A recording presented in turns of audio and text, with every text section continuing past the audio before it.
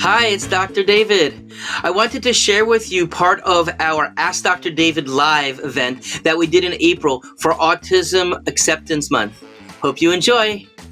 As you may know, we are now in Autism Acceptance Month, which is April. And as you may also know, that the name has actually changed from Autism Awareness Month to Autism Acceptance Month. And I really, really like the name of this change because it's one thing to be aware of something. Okay, it's another thing to be accepting and to be interacting. And it's such an important thing that families who have children with autism and children themselves, they can feel very isolated. They may not be integrated very well into their communities, their churches, their synagogues, their school communities, as well, because it's so challenging sometimes when you have a child with autism, or you're so tired with all the therapies and the schooling and the transporting and dealing with the behaviors and some of the negative things that may come from that as well, that it can feel really, really, it's very difficult for families for many families to really make their way through the world when dealing with such challenges. So that's one of the things that we're going to be talking about today. I do appreciate everybody who posed any questions to us. By all means, if you do have any questions going forward, please put them into the chat so that we can hear it, and then and we'll be able to answer them. So joining me off camera is our executive director, show director, Shari Kulanu. So hi, Shari. Hope you can hear me. Oh, I am ready for my first question. The question was, for parents of children with autism, how do you support the other siblings in the family to help them understand how to navigate, communicate, and be an ally to their siblings with autism? Okay, so there's a bit there. Okay, now, of course, part of this may have to do with how old or how the functional level of the siblings as well. So if it's a younger child, a toddler, a young school-age child, they may not have the ability to understand as much as if it was an older child. So part of this understanding is knowing what the level of function of the sibling is in the first place. There are certainly different types of books. I know that on Sesame Street that they now have a child with autism there. They also, from what I understand, now have a child who is deaf for the deaf community as well. So it's not just, all types of special needs. But that's one of the first things, is having an understanding and being able to explain it at that level. Okay, because let's face it can be very difficult for a young child whose sibling doesn't talk to them, or who may have negative behaviors, not just in general, but against them. That's one of the tougher things that we deal with, is that sometimes the negative behaviors are directed at loved ones, against parents, against siblings. And of course, while a parent may have a good understanding of what's going on, a sibling may not, and that can be very difficult. So it's also very good to start off with. There are support groups, working with therapists, but it's really important that not only does a child, at whatever functional level they are, have an understanding of what's going on, but also for them themselves to be appreciated and to not feel as if they're forgotten, because that can happen too. When a family has a very high needs child, it's kind of easier to forget, or just to leave there, the higher functioning child who's not necessarily causing a problem. So it's so important for families to make sure that all of their children are getting attention, of course, but even doing special activities, whether it's with that child by themselves so that they can get alone parent time, whether it's coming up with activities that all of the children can participate in some capacity whatsoever. Sometimes it can be very helpful for them to learn how to be supportive. How can they help a family out? Can they be helpful in food preparation? Can they be helpful in other chores around the house, even so that the parents can be focusing more on the child? Can they be involved in therapy as well?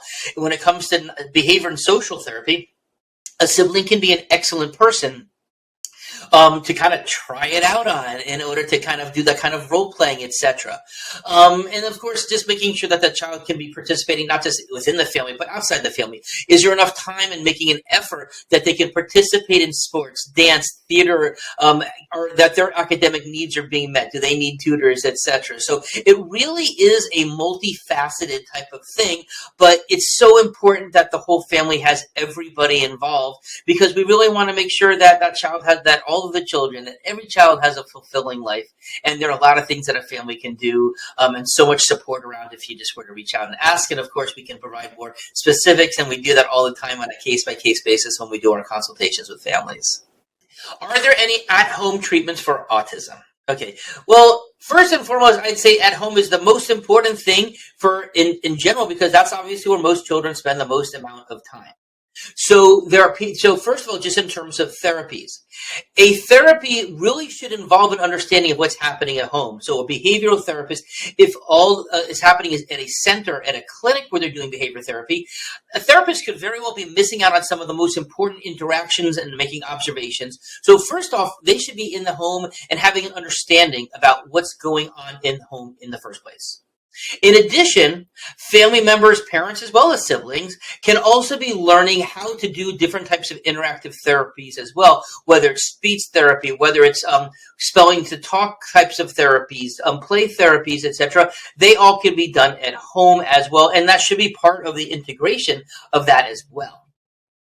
In addition to that, obviously the different types of therapies that we do at Holistic Pediatrics and Family Care very much is involved in, different types of supplements, different types of other treatments that are involved that obviously are being done at the home. So, having a good way at home of, putting up the daily supplements, whether you do it at a week at a time, sometimes having the patient themselves, if they're functioning enough to be participating in that, having the siblings be involved in that, just so that they can feel like they have an additional sense of being able to help out on the family as well. But again, whether it's going outside and doing play therapy, many of us in Florida have pools and doing water therapy. I know that many patients, they even do functionally better within the pool. That water pressure, especially some of the kids have sensory processing issues as well, can be really helpful for them. So, just the whole integration at home is super important for everybody. And of course, if there's issues with sleep, of course, there's going to be interventions that's going to be specifically having to be done at sleep, whether it's making sure that that the room that the child is sleeping in is nice and dark, that it's quiet, that it's providing a safe place for them. Sometimes kids who have sleep issues do very well with weighted blankets, of course, something that can be done at home. Some of them wear weighted vests if they have sensory issues that they could be doing as well. And of course, if a lot of the other types of home therapies, and a lot of our patients are being homeschooled as well. And of course, that would hopefully be an individualized program that's being put together, but that could be a very important place where a lot of that type of therapy is taking place as well. Okay, so suggestions on de-escalating and supporting with child when they have an outburst in public. Well, first of all, I know being out in public can be a challenge for some families. I do also recognize that in many situations, like whether you're at a store, you're never going to see those people again. So you need to do what's best for your child and the way that you interact with your child. And I would say everybody can take a flying leap. If they're looking at you, that's their own issue. That's not your issue. And you should first and foremost do what you think is best for your child, whether you're by yourself or whether you're with a bunch of people. Now, of course, being out in public can also be out in our community, in our churches, synagogues, other types of social groups. And part of that can be very helpful is educating others about not just autism in general, but about your child. What are the things that might be triggering the child? What are the types of things that child likes that may be more calming to the child? But also for your own self, what are the things that may more easily escalate that child? Certain circumstances, certain colors can be triggering for people. Having to stop in a store and doing a transition that was unexpected can really throw a kid off. Prepping a child ahead of time. There are different types of therapies that we do. That's one of the places that we find very helpful with medical cannabis is even if that kind of situation is there, what kind of treatments can be done just to help the kid be more calm, more focused, more together, more integrative with what's going to be going on in that community.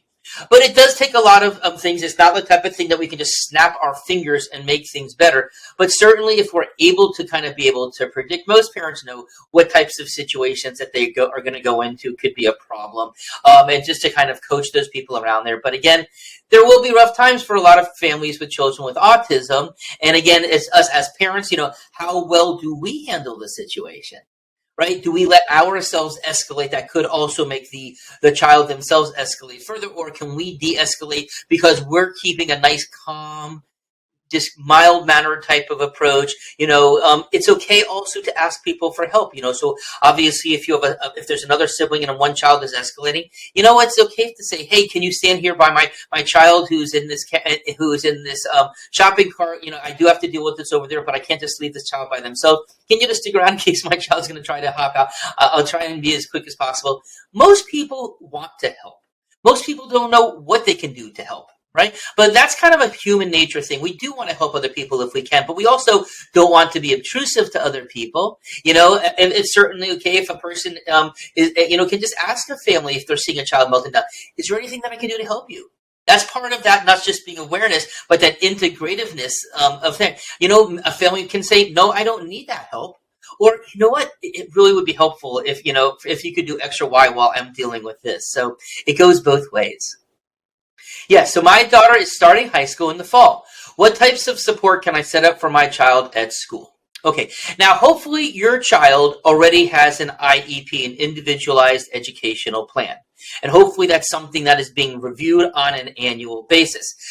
There are some families who don't have that yet. With our son who didn't receive a formal diagnosis of autism until he was entering high school, he was on a 504 plan prior, which does provide some accommodations, but an IEP is a much more full, broad thing. And so that was something that we actually didn't get started until he was in high school. Now, it's very important, and again, the functional level of a child, because some people, such as Benjamin, went to a mainstream, he actually went to a college prep type of high school, but he did need certain help in terms of, having a lot extra time for turning in homework assignments, for doing different types of tests, priority seating. Also, Benjamin does have some mild hearing loss, so making sure that he's able to hear what's going on, etc. Sometimes being up closer to the teacher, where the teacher can come over just sometimes, maybe whether it's to lay a little reassuring hand on the shoulder of a child, or can make better eye contact, or just being up close with a child can kind of let them know, hey, I'm here and I'm watching you as well. So that's a really important thing. Now, an important thing also when putting together an IEP. So there should be a full evaluation assessment done for that child. And that's part of the process. And it can take months before the actual meeting comes to place where the IEP is written up. Now, it's important for families to know that if the family is not satisfied with the IEP, don't sign it. Once you sign it, you've agreed to it. But if you do not sign it and they can't come to an agreement right there during the meeting, they have to do the whole thing all over. And that's something that they really at the school don't want to do, because that's a lot more resources, a lot more time, it's more expenses.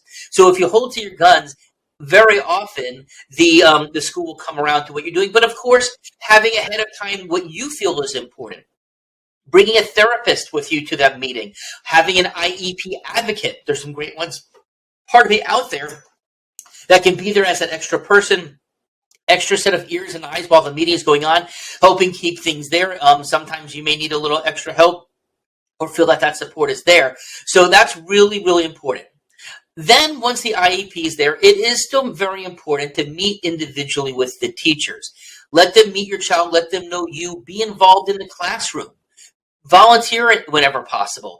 Make donations to the teacher. Most teachers will have a list. Hey, we need more magic markers. We need more whiteboard markers. We need more paper. Can you bring? Because we know that unfortunately a lot of schools don't have those types of materials ready there. And we know a lot of teachers pay for it. You want to have a very good friend, somebody who's an advocate for you, volunteer for your child and get things that your teacher needs. That definitely is something that will get their attention and realize that you are invested. And, it can very well help giving your child that type of attention as well. In addition to that, following up. Okay, check in with the teachers on a regular basis. Don't just wait for a report card to get there. I know a lot of parents do that, and they may have to be there on a daily basis because of how their child's functional level is. But even on the high-functioning children, be involved. Get involved with the teacher-parent associations. Be known amongst the guidance counselors, the ESE coordinators. They'll be the ones that will meet with you during the IEP. But be in frequent contact with them during the year. And all of those things, I think, can help make the transitions as well as the school yourself be more successful. What age should my child be tested for autism? I think he is showing characteristics now. Okay, so first of all, it's never, ever, ever too young to start the type of assessment. Bring it to your pediatrician's attention. Hey, I'm seeing this. Now, also, pediatricians should be doing developmental questionnaires at every single checkup in order to start in order to start collecting that type of data, not just to see if a child is at a functional level that's appropriate, but are they making advances? So obviously, yes, they may be doing, do they start to drop off at 6 months or at 9 months? When I do those types of evaluations for checkups, I always give the child the benefit of the doubt of if they're not accomplishing all the skills, say by 6 months, if they're not by 9 months, that's when I'm really, really starting to raise questions. Now, in addition to that, all pediatric providers starting at around 16 to 18 months and going until 30 months of age should be performing what's called an MCHAT, which is a standardized autism checklist that is a screen. It doesn't diagnose autism, but it's really a screener. And that if a child, if there's a positive question for a certain number out of these questions, then that should be a trigger to further evaluation. Now, a lot of the communities will have through the Fiddlers program and evaluations through the state where then the deeper types of evaluations can be done. Early Steps is a program for those under 3. The school systems are usually where evaluations are done after 3, even if they're not in school at 3. When the preschool systems, there are developmental preschools that are associated with the school systems as well. I would rather a parent bring questions up that I could say, actually, sometimes a kid may have a speech delay, and then it comes out in questioning that there are 2 different languages being spoken at home because they're bilingual, and many families who have children with bilingual, they are a few months behind, and that could be totally normal. And that what I tell a parent is, it's okay if your kid's a few months behind. You're going to gift your child with 2 different languages to start off, and that's a wonderful gift for them to have, or 3 languages. I have some families with 5 or 6 languages in the family, and that's great. But of course, I do also tell a family if they're not coming along in their speech, you might want to pare it down to just 1 language in case there's any confusion, because I know, let's face it, any of us can be confused if someone's talking to us in different languages. But little kids do pick things up so much faster than adults that they can just be a sponge and absorb it. So anytime that there's a concern, don't sit on it, because we know that early intervention is one of the most important tools, whether that's through the therapies, whether that's through the different types of biomedical evaluations that we do, where we're checking for different types of deficiencies that you've heard me talk about, vitamin D, zinc, thyroid hormone, iron deficiencies, mitochondrial deficiencies like carnitine and CoQ10 deficiencies, how the gut microbiome is shaping up with the genetics of the methylation pathways of B vitamin metabolism. Part of the reason why I came up with the preconception to infancy P2I program in the first place is because as soon as we can find abnormalities that we can start to treat it, it's better off for that child no matter where along the pathway they are. Are there any medications useful in treating the behavioral problems of a child with autism? Good question. So there are 2 FDA-approved medications. They're in the antipsychotic medication realm category, Risperdal and Abilify.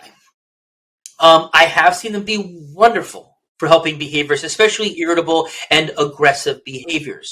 Now, one does have to be cautious with these because I have seen kids put on many pounds. I've seen kids put on 50, 60 pounds in a year, especially with Risperdal, and that can be very challenging, especially for a teenager who, as they get bigger, can become more violent and can throw their weight around more. So that's something that we should always be checking for to make sure that there's not excessive eating and excessive weight gain. Now, in terms of other traditional medications that are out there, the SSRI and anti-anxiety medications, as well as benzodiazepines like Valium, Ativan, Xanax, etc., can be very helpful as well. And of course, stimulant medications can be very well, like the Ritalins, the Adderalls, and derivatives of them. Now, in addition, of course, I would be remiss if we didn't talk about the other treatments that we do from a biomedical perspective. One of the best treatments I have ever come across for treating children with autism are antifungal medications when we check the stool to see if they have evidence of yeast.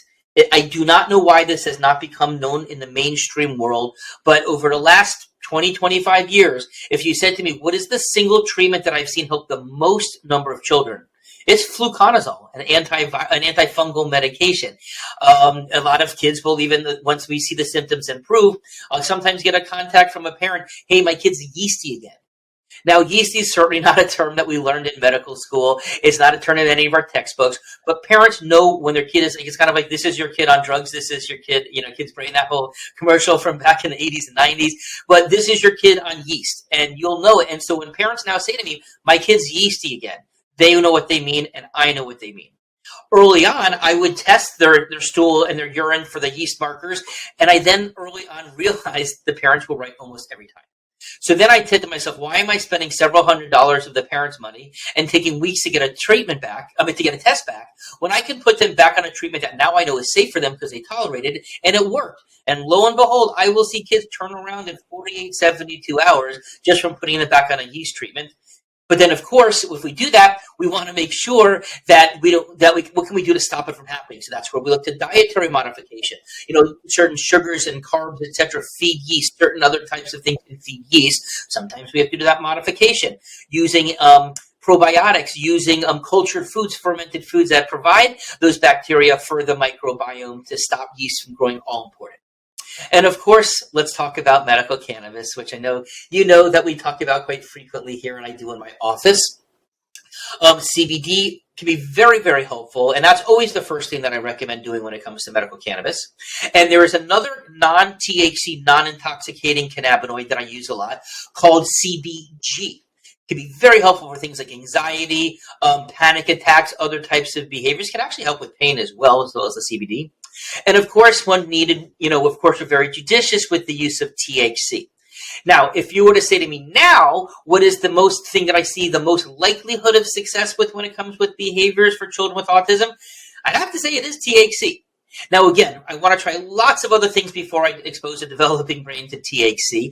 That's obviously not enough research to know what it, in terms of the safety and what it does to child's development. But I also recognize that these kids with autism, they have neurocognitive issues already. Sometimes, especially during their second decade of life, when the hormones are really kicking in, the use of these types of medications can make the difference of whether a child needs to be hospitalized, institutionalized, Berger active. We've seen that happen before.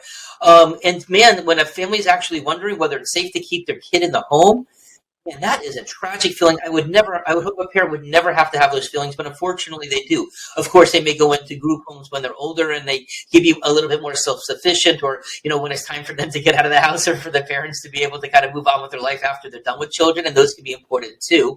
And we have many patients who are in group homes who are using medical cannabis as well, so that they can be more successful socially, behaviorally, etc. So, we always start on a very, very low dose of THC. We make very slow jumps, very small jumps, etc., and in order to help find the right dosing for it, but that can be incredibly helpful as well. Okay, another question. Is Naltrexone helpful in treating autism? What about chelation? Okay, first Naltrexone. So the Naltrexone, for those who don't know, it's an anti-opiate. It first got its use when we're reversing opiate types of disorders, when vets were coming back from Vietnam and they were having their opium issues. It can be a blocker, kind of like Naltrexone is now, Narcan is now. It also was used in the 70s and 80s when, if a mom, back before we know, hey, don't give opioids to moms as pain medications during delivery, but it was done back then. And sometimes the babies would come out floppy or with respiratory depression because they were then, of course, exposed to the to the opioids as well. And giving them a reversal can turn things around quickly. Now, most of the use of Naltrexone nowadays in autism is done with something called low-dose Naltrexone, a tenth of the therapeutic dose that would normally use for regular Naltrexone. Now, being an anti-opiate, one of the things about it, now we also have opiates that we naturally make are endorphins. That which makes us feel better for ourselves, that which makes ourselves more social, more and also more, more amorous even. And so low dose Naltrexone can really make a big difference in helping kids be more social, more calm. Because what happens is when they take the Naltrexone, we specifically give it one dose at night. And it blocks those opioid receptors, those endorphin receptors for a little while, and it tricks the body into thinking it's not making enough endorphins, so that the next day it responds by increasing the endorphin production. So it's kind of like a negative feedback that's creating actually the endorphins get boosted because of how this is done during the day. And low dose Naltrexone also, and besides helping out with things like behaviors, it's also really, really helpful in the autoimmune world in terms of immunomodulation. When people have autoimmunity, yes, you could put them on things like steroids, but that's not a good long-term option. Something like Naltrexone, low-dose Naltrexone, is something that can be used long-term for what we call immunomodulation. So you may have heard me talk about the Goldilocks approach when it comes to the immune system. We don't want to be too strong because that could be allergies, asthma, autoimmune diseases. We don't want to be too weak because that could make us more susceptible to diseases, to infections. So Goldilocks, we want it just right. We want to kind of be able to bring that in and keep the immune system in such a way that we keep it well regulated. Chelation. So chelation is the process of both testing as well as checking for heavy metals. Now, this has been something that I've a lot of experience with. Not something that we necessarily do with every child, but I think it's on the table for all children. Something that we actually first want to make sure that things like minerals and other deficiencies are corrected for. We want to make sure if there's any abnormal gut pathogens like candida present, we want to eliminate them first. But basically, chelation is a medicine that removes heavy metals. Now, chelation does have use in other terms like chelation for calcium that are accumulating in blood vessels of people with heart disease. That's not what we're talking about. But the word chelation itself means claw. So it grabs to something so that it can move it along. Now, there are lots of heavy metals that we can see in some children. Things like mercury, things like lead, aluminum, arsenic, antimony. So what we do is we first do what's called the chelation challenge test. The most common medicine that we use is called DMSA. A second one that we use is called calcium disodium, EDTA. But what we do is we give a one-time dose. It's calculated based upon the patient's weight. We collect the urine beforehand, we collect the urine afterwards, and we compare those two. And if we see a bump the day after that wasn't there the day before, and you didn't expose that kid to metal in the day in between, that proves to us, number one, it wasn't coming out on its own. Number two, that it does coming out because it's in the urine, which means it was in the body, because it wouldn't be there if it wasn't in the urine. It had to be inside the body to begin with. But it also means that that treatment worked to make the metal come out, and therefore you know that that's a treatment that can keep on eliminating. So it's great because there's not very many areas in medicine where a treatment and a test actually can accomplish the same thing and tell you exactly what to do. Maybe a urinary tract infection when they give you the antibiotics that work afterwards. The test tells you that you have a UTI. They tell you which antibiotics works that treat it. So similar in that way, I guess. But what we then basically do is we then go on to what's called chelation cycles. Most commonly, we'll do 3 days on, 11 days off, back and forth for a few cycles. Then we'll repeat the challenge and compare it to the previous. But there are also a lot of things that we need to make sure is going at that time. Certain B vitamins, in particular vitamin B6. We want to make sure that they're proper methylating. So if they do have any issues with methylating B12 or folate, that we have that corrected so that they can properly detoxify. We want to make sure that they're getting minerals because the chelation can pull good minerals out as well. So we give minerals on the off days, during those off days of the cycle. We give them glutathione, the body's most important natural detoxifier and reducer of inflammation. When we do the follow-up urine testing, we also do safety blood testing as well to make sure that they're getting, that we're not creating any stress to the liver. There have been occasional cases, I've never seen it actually with lowering white blood cells. If you stop it rebounds, etc. We do a full mineral analysis to make sure that there are not any depletions happening is there as well. So that's how we use chelation. And again, it is one of the more successful treatments in terms of showing clinical benefit when you find the metals. So, of course, if you haven't already, please join us on our social media sites and subscribe on our YouTube channel. Also, being aware of our Patreon account, please join us as a patron of ours. If you like the type of content that we're putting forward, please come forth and join us on Patreon. Become a member there, where among other things, you will get to be the first persons to ask questions. Hopefully, we're going to get so busy here that I'm not going to be able to answer all the questions that are asked at a time. But we do make sure that our Patreon members our patrons are the first ones who get their questions answered. And of course, there's other exclusive content there. A lot of our holistic protocols and other things that we've done is there as well. So please join us over there. Hope everybody has a great day. Take care now. Bye-bye.